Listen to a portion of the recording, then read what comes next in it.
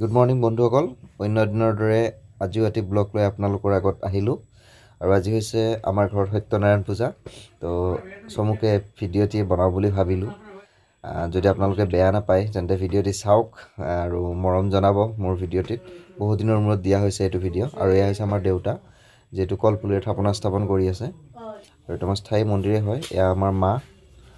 তাৰপিছত যিহেতু কৰ্মব্যস্ততা আৰু ঘৰত মানুহ নাথাকে, মই দাদা বাহিৰে থাকোঁ যিহেতু। আজি সেইকাৰণে আহিলোঁ। ৰাসৰ পূৰ্ণিমা বুলি মানে সত্যনাৰায়ণ পূজাখন পাতিব লগা আছিলে আগতেই, কিন্তু তিথি পূৰ্ণিমা সকলোখিনি লাগেতো, তো সেইকাৰণে এটা দিনতে এয়া হৈছে মোৰ দাদা গা ধুবলৈ ৰেডি হৈ আছে। আৰু সেইকাৰণে গোটেইখিনি মানে যোজা কৰি আজি দিনটো চিলেক্ট কৰা হ'ল। এয়া হৈছে আইসকল ইয়াতে ভাতৰ যোগাৰ কৰি আছে যিহেতু, আৰু প্ৰসাদৰ যোগাৰ কৰিছে। আৰু ইয়াতে পিঠাগুড়িৰ কাৰণে কল ধুই আছে, তাৰপিছত চেকিব, যিহেতু মেইন ভোগ হৈছে সত্যনাৰায়ণৰ পিঠাগুড়ি হয়। তো পিঠাগুড়ি ৰেডি কৰি আছে ইয়াতে। তো আমাৰ পতিৰাম খুৰা হয়, আমাৰ গাঁৱৰে হয়, খেলৰে হয়, ঘৰৰে হয় বুলি ক'ব লাগিব। আৰু এয়া হৈছে মাৰ ফুলৰ কালেকশ্যন। যিহেতু আমি নাথাকোঁ, মাহঁতৰ আৰু দেউতাহঁত অকলে থাকে, কিনো কৰি থাকিব। তো যিমানখিনি ফুল কালেকশ্যন, এই বাৰীৰ আদা, কলগছ কিবা কিবি গোটেইখিনি কালেকশ্যন আমাৰ মা দেউতাৰ। আৰু চাফ চিকুণ কৰি ৰাখে, মানুহ নাথাকেই যিহেতু। তো উপায়ো নাই, কি কৰিব, মানুহ নোহোৱা ঘৰ। আৰু ইয়াতে আৰু এতিয়া দেও আহি পালে। দেৱে নিজৰ কামখিনি কৰি ল'ব। আমি যিমান কাম কৰিলে এইখিনি কাম দেৱে কৰিব, যিহেতু কলগছৰ বাগলিৰে দোনা বনাই আপোনালোকে চাইছে আগতে। এয়া হৈছে আমাৰ ঘৰৰ পাৰ্মানেণ্ট মন্দিৰ এইটো। আৰু আমাৰ ঘৰৰ পাৰ্মানেণ্ট মন্দিৰতে যিহেতু পূজা ভাগ কৰা যায় প্ৰত্যেক বছৰে। আগতে ঘৰৰ ভিতৰতো কৰা গৈছিলে, বাহিৰতো কৰা গৈছিলে। এইটো যেতিয়া মানে মন্দিৰ হ'ল আৰু মন্দিৰৰ সন্মুখতে কৰা যায়। আৰু মন্দিৰটো আমাৰ ছাইডত এক্সট্ৰাকৈ ৰখা গৈছে, কাৰণ বিভিন্ন ধৰণৰ মানুহ অহা যোৱা হৈ থাকে। সেইকাৰণে মন্দিৰটো সদায় এক্সট্ৰাকৈ ৰাখিব লাগে, যাতে তাত কোনো মানে অপায় অমংগল নহয়। সেইকাৰণে মন্দিৰটো আমি এক্সট্ৰাকৈ ৰাখিছোঁ, তাৰ ৰাস্তা সম্পূৰ্ণ বেলেগকৈ দিছোঁ।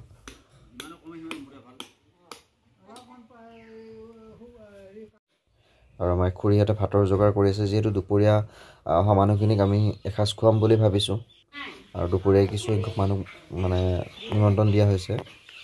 আৰু এইফালে মই তেতিয়া কৈছিলোঁ যে কলখিনি ৰেডি কৰি আছে মানে চেকিবলৈ, আৰু এনেকৈ চেকি আছে। এইটো দময়ন্তী খুৰী হয়, আমাৰ ওচৰৰে ঘৰৰে হয়। আৰু এইফালে আছে, আৰু এয়া হৈছে আমাৰ ৰাজা।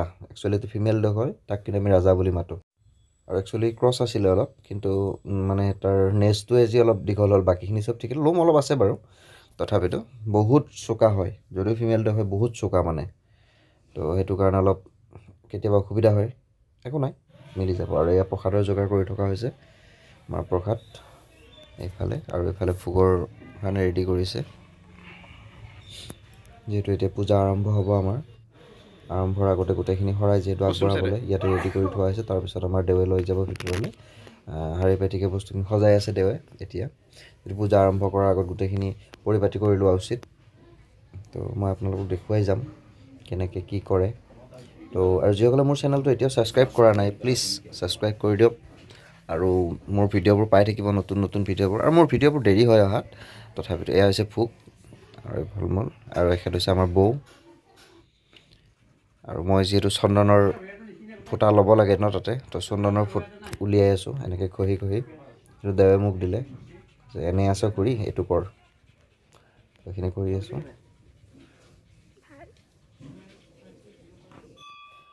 আৰু এয়া হৈছে আমাৰ কালী মন্দিৰ। এইটো ৰাজহুৱা কালী মন্দিৰ হয়, আমাৰ ঘৰৰ আগত যিহেতু আছে। আৰু এইটো পাৰ্মানেণ্ট মন্দিৰ হয়। আৰু কি হয়, এইটো মানে জাগ্ৰত মন্দিৰ বুলি যিহেতু কোৱা হয় ন মন্দিৰসমূহক গোটেইখিনি। তো আমি প্ৰমাণ পাইছোঁ, বহুতো প্ৰমাণ পাইছোঁ এই মন্দিৰটোৰ পৰা। আৰু মা কালীৰ আশীৰ্বাদতে আমি আজি এইখিনি পৰ্যায়লৈ হ'ব পাৰিছোঁ।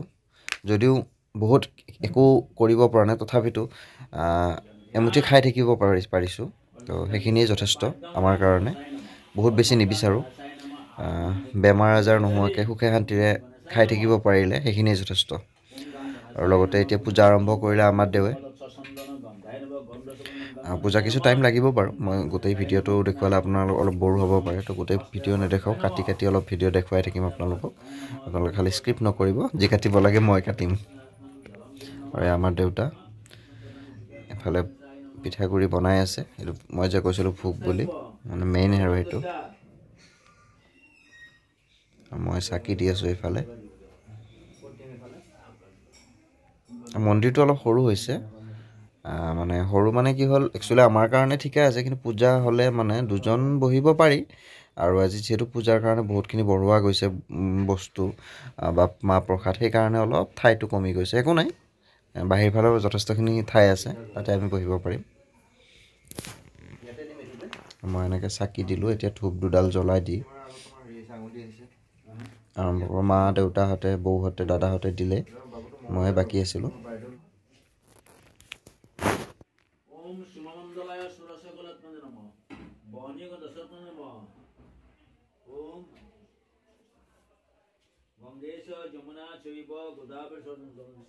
আৰু এয়া আছে মোৰ ভাগিন অৰ্থাৎ মোৰ বাইদেউৰ ছোৱালী আহিছে ইহঁতো আৰু এইটো মোৰ ভাগিনী ল'ৰা এনে অলপ ধেমালি কৰি আছে আৰু এয়া হৈছে পাঁচালি পঢ়ি আছে এতিয়া দেউতা আছে যিহেতু শুনি আছে দেউতাৰ দাদা আছে তো আপোনালোক দেখুৱাই আছোঁ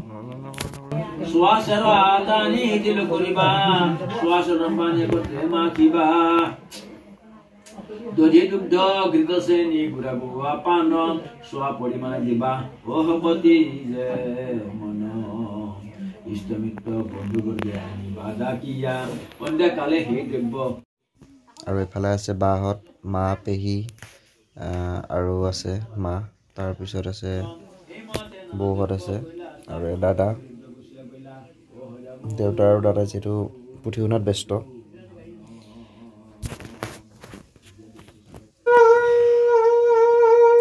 পূজাৰ প্ৰায় শেষৰ অধ্যায় হৈছে এতিয়া যিহেতু আমি অঞ্জলি লোৱাৰ টাইম হ'ল অসীম আছে বাইদেউ খুৰী তাৰপিছত অঞ্জলিটো লৈ আপোনাক দেখুৱাই আছোঁ আৰু মন্দিৰটো সৰু কাৰণে অলপ কৈছোঁ যে মানুহ মানে বহুতখিনি আছে অঞ্জলি ল'বলৈ এতিয়ালৈ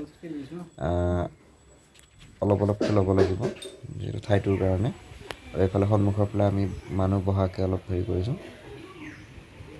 এইফালে মানুহখিনি আহিছে এতিয়া আৰু চোতালতে আমাৰ যিহেতু ভিতৰৰ ফালে এখন সৰু চোতাল আছে চোতালখনতে ভাতৰ ব্যৱস্থা কৰিছোঁ সেইফালে মাহ প্ৰসাদ কৰিছোঁ আৰু এইফালে ভাতৰ ব্যৱস্থা কৰিছোঁ মানে একেলগে গোটেইখিনি কৰা নাই এটা ষ্টেপকৈ কৰিছোঁ দাদাই যিহেতু এতিয়া ভাত বিলাই আছে ভিডিঅ' কৰা দেখি হাঁহি আছে অলপ তেওঁলোকে যিহেতু নিৰামিষ ভাত হয় আজি ভগৱানৰ পূজা কৰাৰ পিছত নিৰামিষেই খাব লাগে আৰু এতিয়া মই খাব বহিছোঁ দাদাই ভিডিঅ' কৰিছে অলপ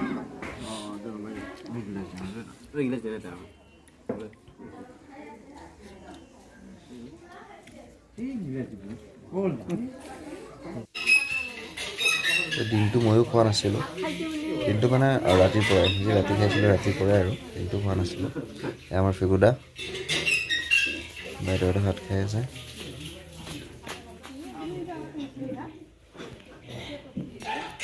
আহি আছে আমাৰ ৰিপুঞ্জয় ভাই আছে ৰাহুল ভাই